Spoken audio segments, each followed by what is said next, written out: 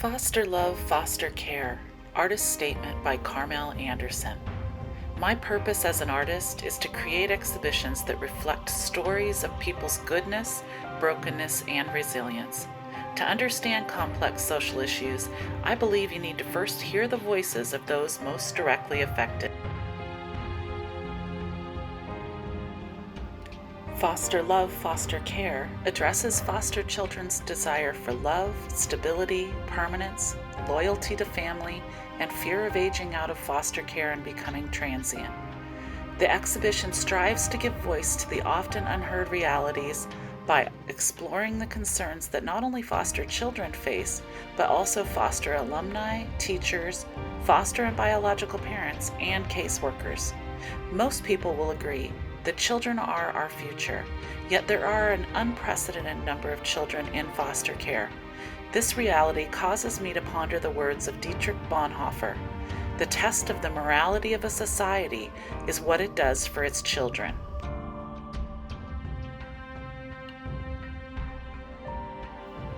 This art was created to depict the experiences of foster care children to the observer, making difficult circumstances experienced more tangible. As you view the life-size mixed medium sculptures, I hope that you are moved by the art, created to be thought-provoking as it presents the unique realities of foster care. I encourage you to take a moment, pause, and be still before each piece, causing you to also ponder.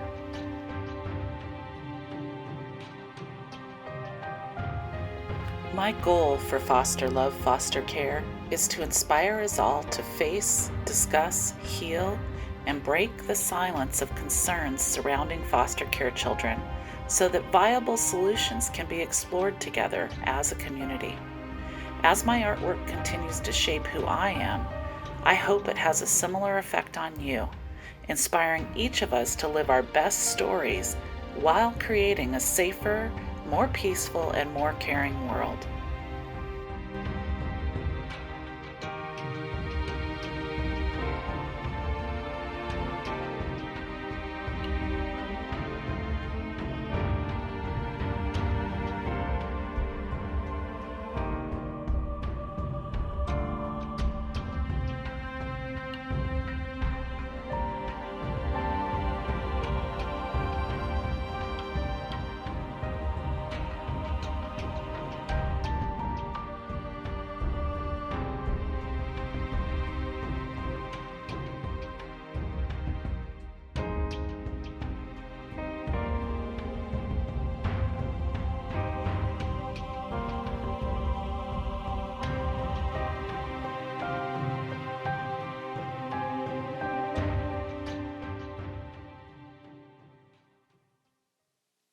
Here at the Ted Ferry Civic Center for this important conversation about foster care.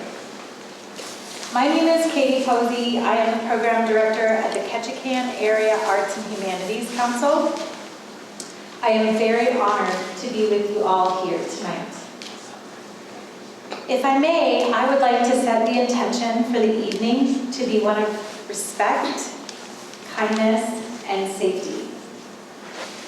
I would also love to share with you a little bit about the Ketchikan Area Arts and Humanities Council and why we are present here this evening. KAHC is recognized by the City of Ketchikan as the official agency responsible for the advancement of the arts and humanities in our community. Art and the humanities are essential to illuminate social issues, bringing communities together, enhancing our quality of life, and promoting mental health. The Arts and Humanities Council is a nonprofit agency with the mission to create and promote opportunities to experience the arts and explore the humanities. We do this through our diverse programming. The annual Blueberry Arts Festival, Wearable Art Show, Stories at Latitude 56, and the Torch Night Performance Arts Concert Series are just a few of the programs that we produce annually. The Main Street Gallery is also a program of the Ketchikan Area Arts and Humanities Council, and it is one that provides a beautiful exhibition space that can hold a complete artistic thought. Artists are invited to propose an exhibition for the Main Street Gallery season that must include an artist presentation. There is a rigorous selection process to choose the exhibits for each season, which includes a selection panel. The selection panel will give preference to those proposals that experiment with new ideas and techniques that create conversations, and that engage and challenge the artist and the viewers alike. The Main Street Gallery provides a space for the artist to explore questions about who we are, what we believe, where we have been, what we value, why we value them, and connecting people through the examination and discussion of those ideas. In 2021, Carmel Anderson proposed her exhibit, Foster Love, Foster Care, as a collaboration with the Ketchikan Indian community to use the power of art to explore the challenges and triumphs of foster care. And her artist presentation included this community conversation. Her exhibit is on display at the Main Street Gallery through May 27th, and I hope that you all have an opportunity to view it in person. The challenging nature of her art installation is thought-provoking and starts a conversation. Tonight's discussion is designed to further that conversation, to learn from each other, to understand new perspectives, and to share our stories. Now, it is my pleasure to introduce to you Danielle Ludwigson, who has been with the Ketchikan Indian community for 11 years and is currently the Special Projects Assistant of the Social Services Department. Thank you. At this time, we'd like to do the land acknowledgement. We are on Tlingit Onhi land. I'm a Nubia Eskimo. My grandmother is from White Mountain, Alaska. Her name is Anita Lieb. We would like to acknowledge and give honor and respect to the traditional landowners, the Tontiquan Gunhadi elders, past, present, and future generations. Kuya. Good evening. Wow, I'm so grateful for you all to be here. This has been a journey, a dream, something I've longed to do for many years, and to see it come together in this way, in this manner, is just touching my heart. People come up to me and say, why? Why do this art? Why a community conversation? And I think Katie really worded it well. That art really touches people's hearts in different ways, often reaches people where words cannot. It opens our hearts, opens our minds. It just helps us to step into another person's experience. So I've learned the power of art from the last show, and I saw it again at the opening. I saw tears, I got hugs, I saw people shudder. And I've heard people over the years come back to me about my work and installation work, and just like it was yesterday. So I know it moves people, and that's why I do it. But I see how much it moves people, and I say, you know what, we need to do more with that. And that is why I wanted to have a community conversation. So I'm grateful for the Ketchikan Arts and Humanities Council for letting me dream and do this art. I'm grateful for Ketchikan Indian community to step alongside me and say, Carmel, we also share this vision for our community to reach out and help them understand our children and our needs. And you know, Ketchikan, people ask me about Ketchikan. Ketchikan has a unique way of supporting our children. Opportunities that when our daughters go down south and explain Ketchikan, you can tell it is a very unique place to grow up. And I think one thing I can say for all of us is we really want all our children to thrive. And that's really why we're here tonight, is to talk about how can we help all of our children thrive. So I'm really thrilled that Keith Smith's going to be showing us yet another art form to help us hear words about foster care. And then Alaska Humanities Forum is here. They're experts in creating conversations, and that's what I felt like we needed. We needed to bring this to the level that was really respectable, professional. So I'm really excited for you not only to have a conversation, but to kind of see how these community conversations can happen and change. So I'm really excited to see how tonight goes, and really grateful. I look at this audience and I think, wow, we have some amazing people sitting here, and I'm really excited to get the feedback and see how this night goes for all of you. So thank you from the bottom of my heart. Thank you for letting art touch your heart. And thank you for your words and caring and being here. We're going to start this evening. We're very honored to have Judy Leask Guthrie, who will lead us in the blessing. Thank you very much. And I look forward to seeing your art in the next few days. I was going to prepare words, and the closer I got to today, I thought I'd better just say what's coming from my heart. And I think what's really interesting is that this is one of the few times that I've been able to be a part of a program. There are other people that usually from the organization that would do something like this, but I'm glad I got to do it. I want to say just a couple of things. I've been married 2 times. The last one lasted just about 40 years, but both times when I got married, my husband brought a 3-year-old child with him.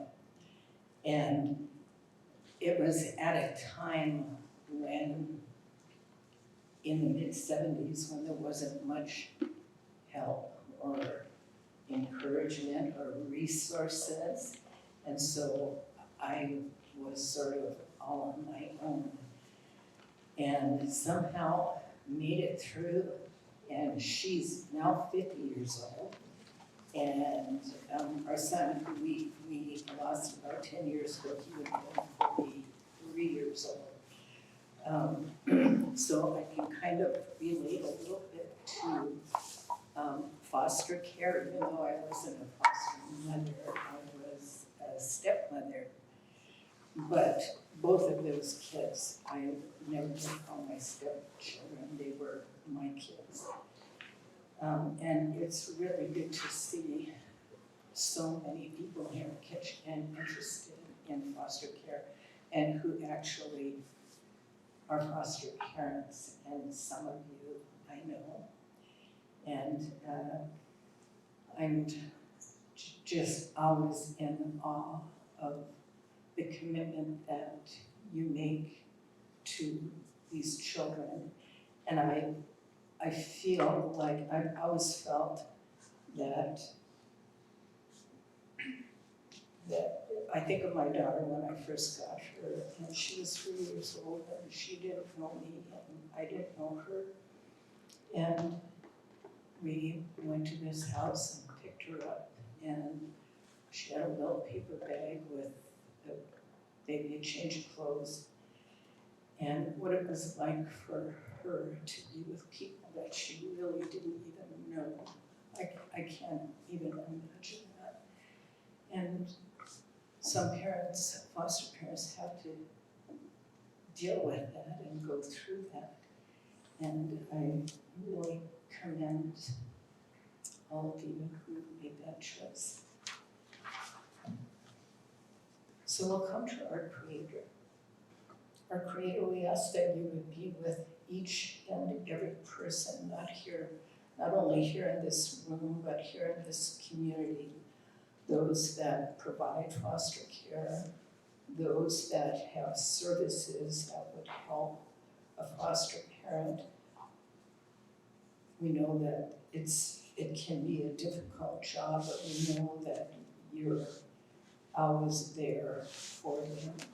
We pray too for this evening that we have good conversation and that tonight opens up doors for many people who maybe are thinking about being a foster parent. We know that you'll be there with each and every one of us. And we ask this in your name. Amen.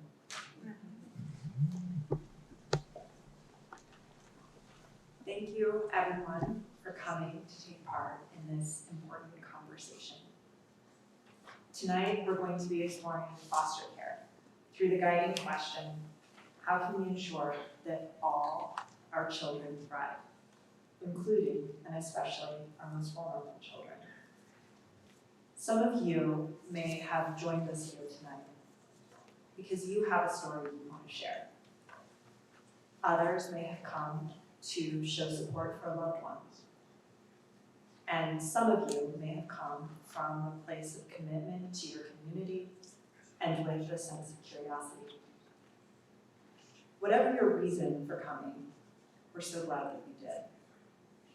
We know that your time is your most precious resource, and we're honored that you've chosen to share yours with us tonight. To give you a sense for what to expect, in a few minutes, we'll be watching a performance arranged and directed by Keith Smith called Circles and Cycles. And Keith did a tremendous amount of research, including around a dozen interviews and many more conversations to pull together this piece. He worked deeply with his primary collaborator, Torre Zamora, who's also one of tonight's actors, to weave together disparate voices and stories. Tonight, you'll hear real testimony of parents and children involved in the foster care system, and those stories will be voiced by local actors in order to allow for those who've shared their personal stories and perspectives to stay in on this. I think it's important that you know that these stories are real and that the words shared are often shared verbatim from interviews, from interview transcripts and written reflections, because this performance is not meant to teach you how to think about foster care or what to think about it. The purpose of this performance piece is to capture the widest breadth of experiences and perspectives possible in 20 to 25 minutes. As you watch, you'll probably hear things that resonate with you, and you'll probably hear other things that challenge you or concern you. You'll probably hear other things that upset you and things that uplift you, maybe even frustrate you. Foster care is complex, and the closer you are to it, the more likely you are to feel conflicted about it. We hope that you embrace the complexity tonight during our conversation, and that you resist any temptation to reach for simple answers. One thing I also want to note ahead of the performance is that separating children from their families is one of our most drastic protective safety interventions. The circumstances that lead children into foster care are heartbreaking, and this performance references difficult topics like physical abuse, childhood sexual abuse, and addiction. And if at any point you need to step away from the performance, please don't hesitate to take care of yourself. After the performance, we'll break into 3 smaller groups to have conversations, using the performance as a jumping off point. My colleagues, Bob Plez and Taylor Strelowitz, who are in the back there, will all be helping to facilitate these groups. The 90 total minutes that we have together tonight, that's already taken down, it's short for such a complex topic like this one, and we don't expect you to feel leaving satisfied with the conversation that we have tonight. Instead, we hope that you leave feeling more curious than you came in. We hope that you leave feeling a bit more connected to your community, and particularly the people in this room here tonight. And we hope that if you already have a deep connection to foster care, you leave feeling more supported by your community. We hope that those of you who aren't sure where you fit into this conversation leave feeling a little bit more confident about your place in it. Before we dive in, I want to take a moment for all of us to get a little bit of a sense for who's here tonight. And so I want to invite you to do something a little bit more participatory for a moment. So if you were born in Ketchikan, can I ask that you stand up for a moment? So we'll just pause to take a look around the room at how many people have been born and raised here, and then how many people have come here from other places. And if you have come here within the last year, Do we have anybody who's relatively new to the community? Welcome. And then, if you already had the chance to visit Carmel's show at the Main Street Gallery, you stand up. So if you didn't, these are the people you can ask about your experience. And then, if you're someone who has a close connection to, or is close to someone who has a close connection to foster care, could you stand up?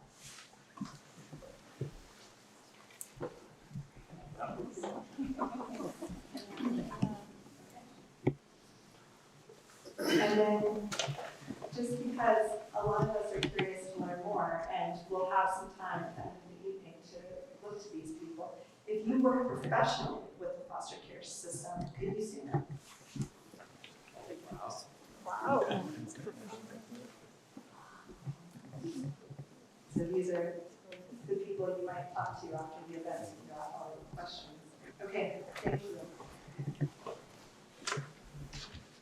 So, as I was saying, the people who just stood up, we're all going to be sticking around a little bit after the conversation, and that'll be a really good time to follow up with questions that you have that are more specific for professional experience. The conversation that we're having tonight as a group is designed for everyone to be able to contribute to it, no matter what their relationship is to foster care.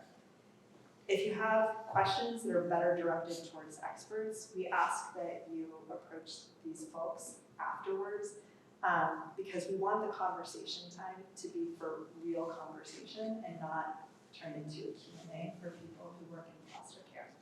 So with that, I'll hand it over to tonight's performers for Cycles and Circles. Cycles and Circles. Or what? No. Circle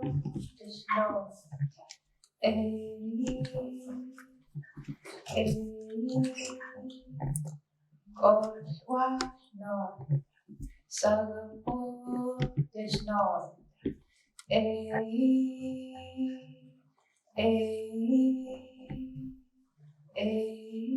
It's an old story. It's an old story. Older than words, old as war, old as slavery, as old as pandemics and disease, old as accidents and floods and fire. Old as poverty and famine, as old as invaders, oppression, and genocide, of madness and poison and addiction and trauma and fear, and as exactly as old as love. Love. It's an old story of circles being broken. The circle of a mother's arms around a child. A family makes a circle.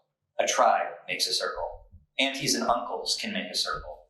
Circles of safety, circles of sharing, circles of knowing how to play, circles of care. Broken. Circles of memory, circles of knowing how to love. Broken. It's an old story of circles being broken and cycles being made. Cycles of pain, cycles of trauma, cycles of addiction and violence, of ignorance and numbness, of silence and hunger and shame. Cycles and cycles and cycles of self-loathing and shame. And it's an old story of cycles being broken by new circles, and of circles forged anew. Of people stepping up, of families stepping up, of aunties and uncles stepping up, of people making their families bigger, of people making their hearts bigger, of communities making their hearts bigger, of circles of people, even of strangers to one another, joining their hands together to forge a new circle around a child. Foster care.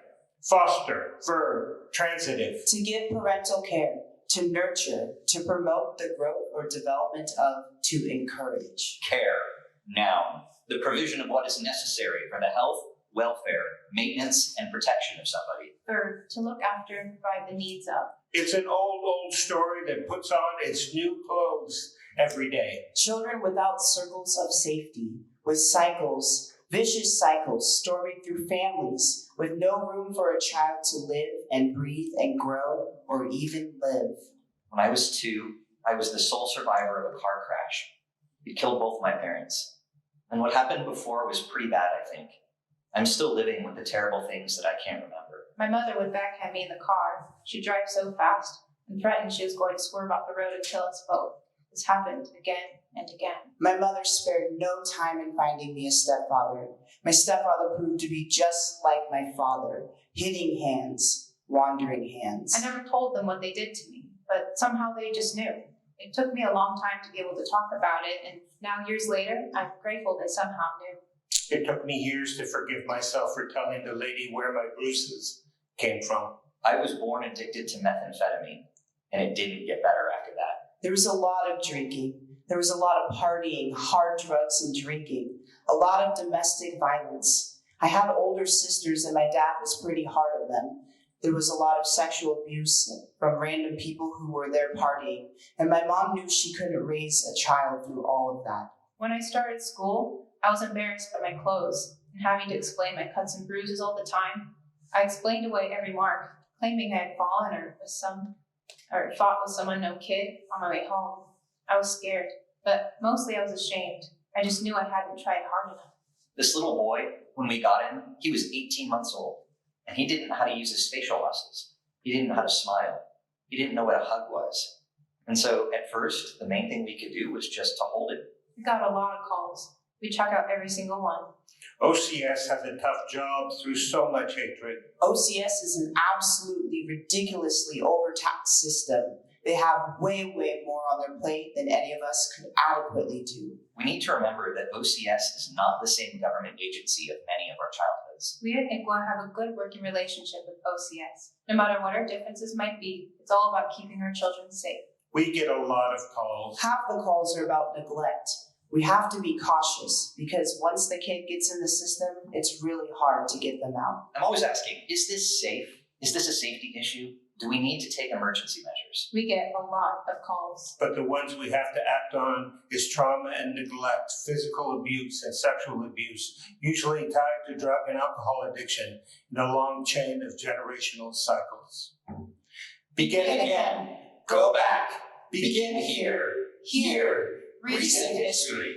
This is not an old story. It's our people's history.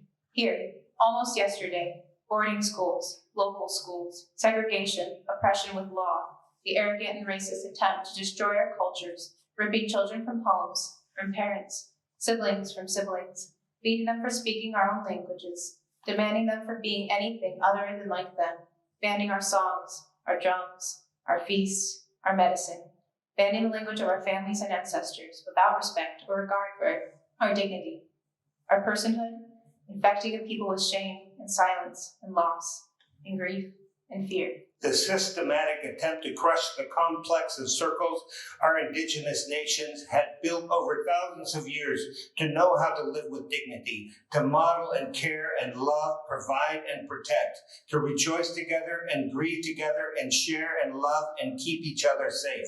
Our deepest truths, our meanings, our purposes, were ever alive and shared through our languages. Our languages made our circles, and they arrogantly but all but killed them in efforts to replace our languages with a pigeon collage of German and French with 50 derogatory words for what they sometimes called an Indian. Intergenerational cycles of trauma. Honestly, I don't know how to raise children because nobody raised me. Intergenerational cycles of trauma. And the governmental institutions for protecting children In our lifetimes, Was founded upon the same careless disregard for the fragile hearts of our children. We won't call it foster care. because there was no fostering. and so often, little care. We won't call them foster homes. Because a house isn't a home without love. Children were ripped from their homes by a government agency and abandoned in houses populated with some nominal adult. How not to do it. At age 8, we were taken away from my mom permanently and placed in foster care from age 8 until I graduated from high school. When I went to see my caseworker, I didn't even know the man. In 10 years, the state visited us, but not once. Once I had that visit, I was on my own. I don't remember anyone telling us what was happening and where they were taking us. They just picked us up and took us there. I was so scared. They never should have sent us to some of those homes. What my younger siblings went through, toddlers, physical abuse, sexual abuse. My younger brother got moved to a house on our street. He came running to our house screaming that they were going to hurt them. We went with them. We weren't allowed in. We had no idea who to call. We'd just been dropped off. We were just left there, but there was no one to call. Nothing. When we arrived at the new house, the people there made us stand on the porch. They made us take all our clothes off and they threw them away. Then they sprayed us down with a hose. Transitions. Without loving transitions. Mandated removal of a child or the expedient transfer of a child is a violence. A gardener wouldn't treat a carrot that way. With transitions, always be gentle. So gentle with the fragile roots. My mom actually gave me a picture of herself. I was so young, and every time I look at it, I would cry. One day my foster mother saw it and she just took it away from me, and I never saw it again. During my time, I don't remember ever being hugged. I don't remember that anyone ever loved me for 13 years. No one ever asked about whether I wanted to visit my dad or my siblings. We just lived there. One time I saw my younger brother at the theater, and he just held my hand and wouldn't let go. I'd have dinner withheld for not doing my chores good enough. I'd have to clean these huge windows until there weren't any streaks left. No one had taught me how to get the streaks out, but they would withhold dinner until I did. Their own kids had all these extra privileges. Like beds. When I went to school and counseling, my assignment was to write out my entire story.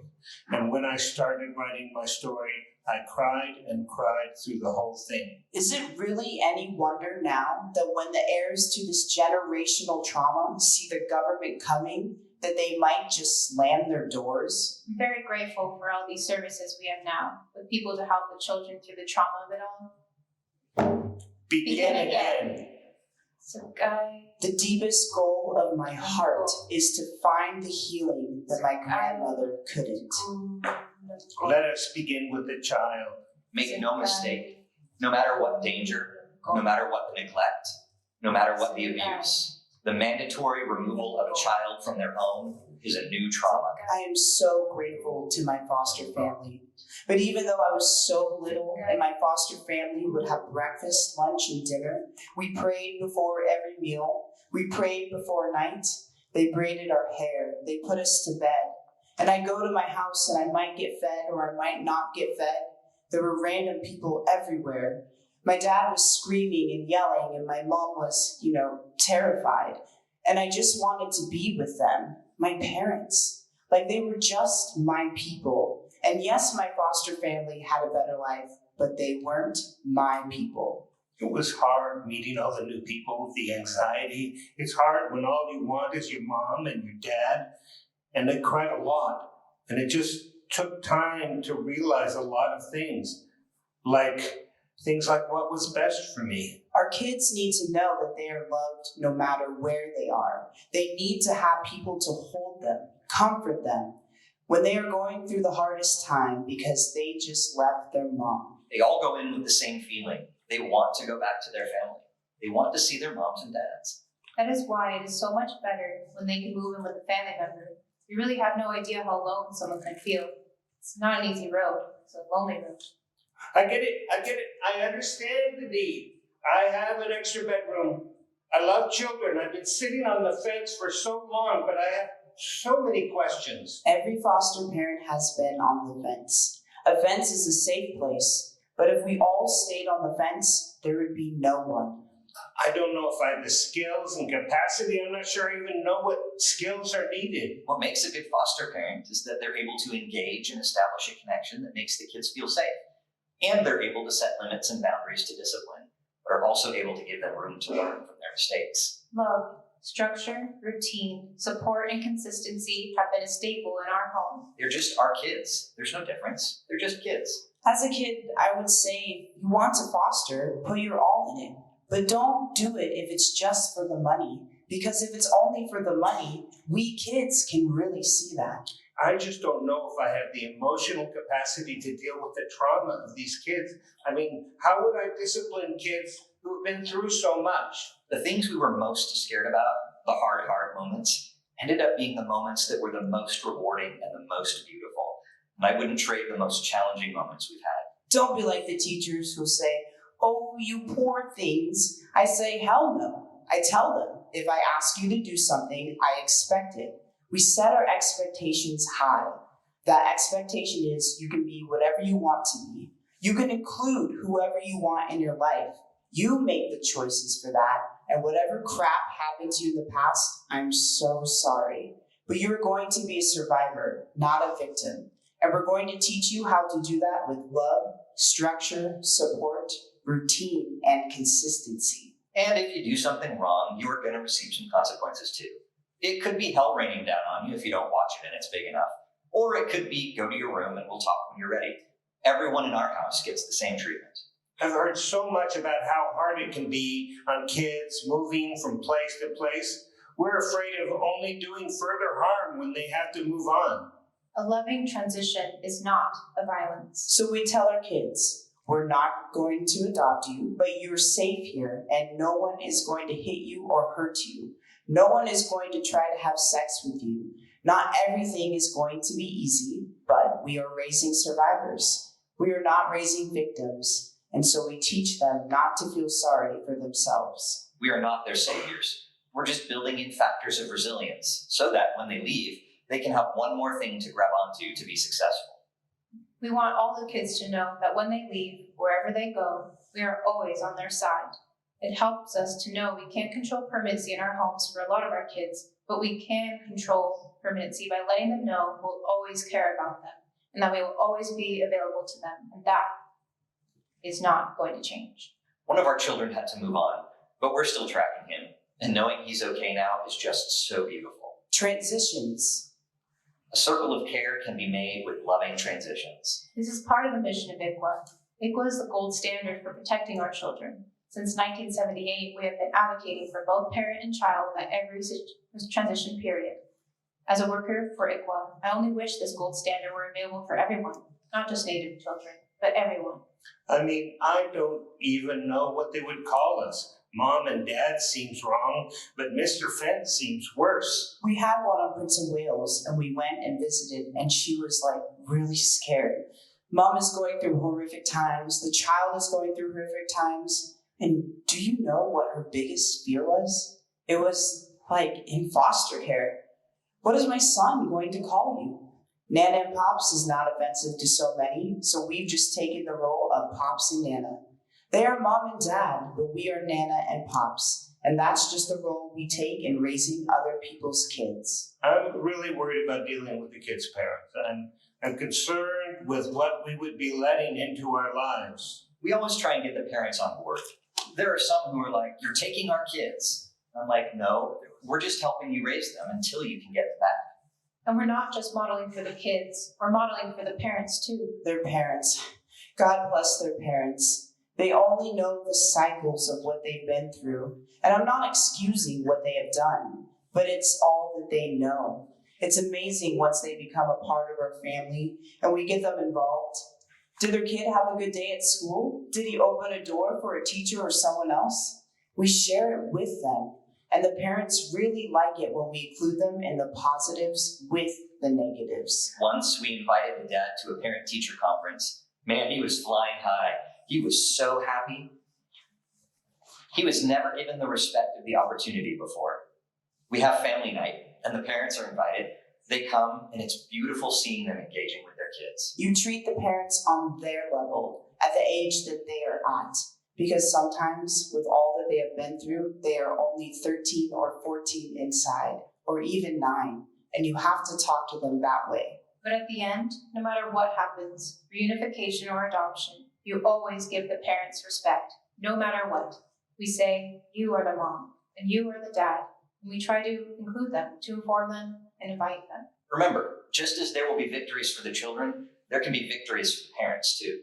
You know, I'm really worried about how this will impact my biological children and my whole family, really. My 2 older children are better people through foster care.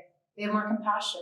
They take up more responsibility. When our daughter was in kindergarten, and the teacher was saying to tell us about your family, and they gave her a piece of paper to make a family tree, and she started crying. And the teacher said, "What is wrong?" And she goes, "Why did you give me such a small piece of paper?" And the teacher said, "Well, it's only for you and your mom and your dad."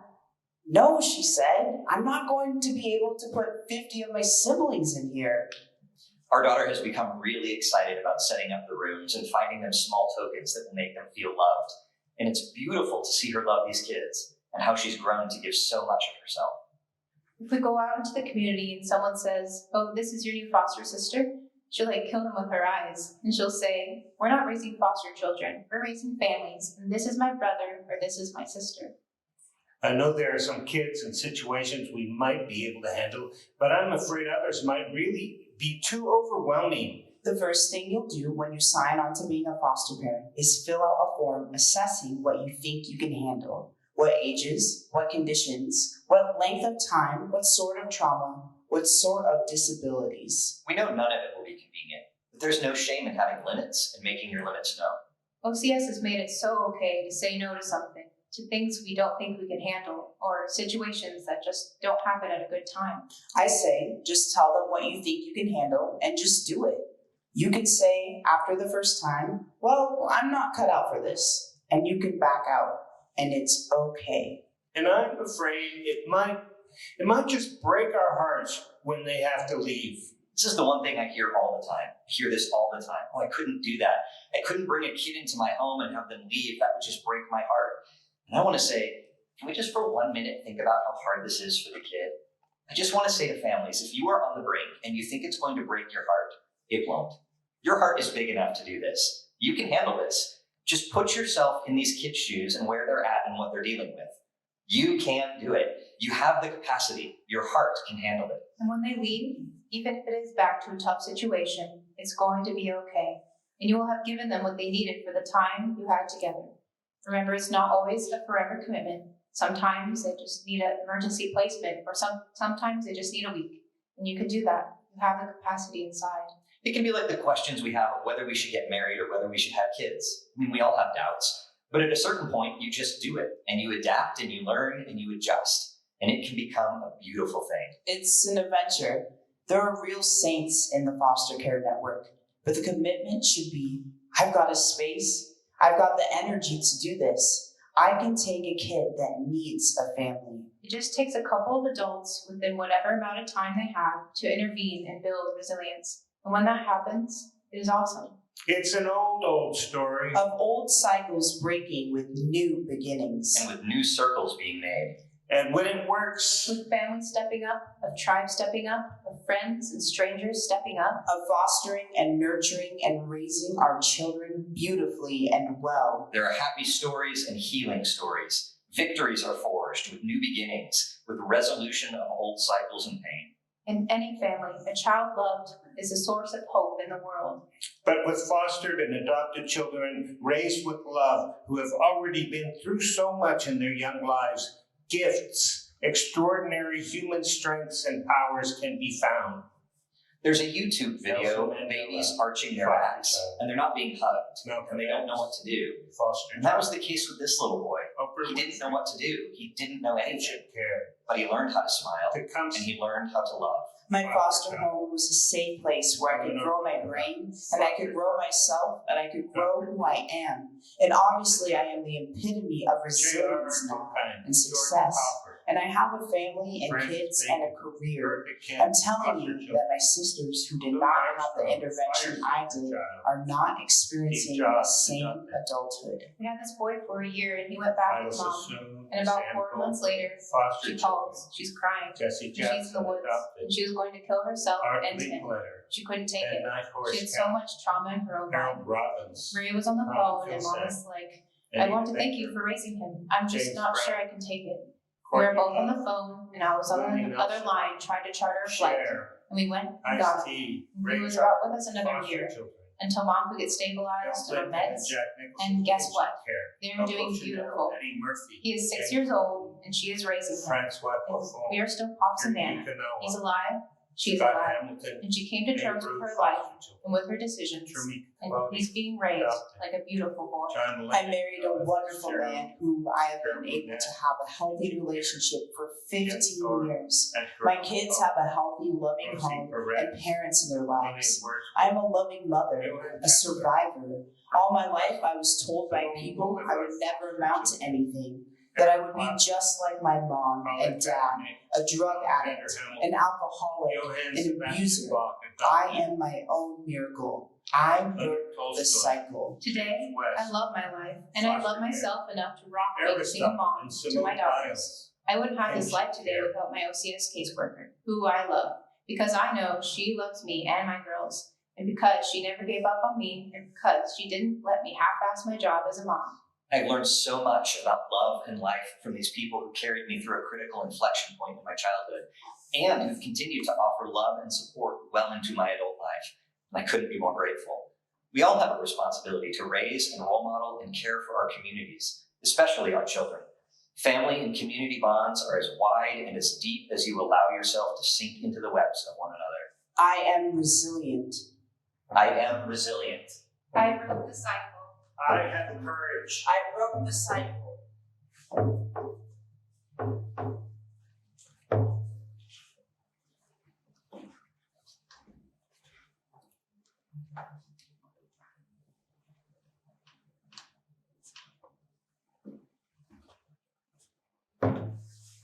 Let us begin again together.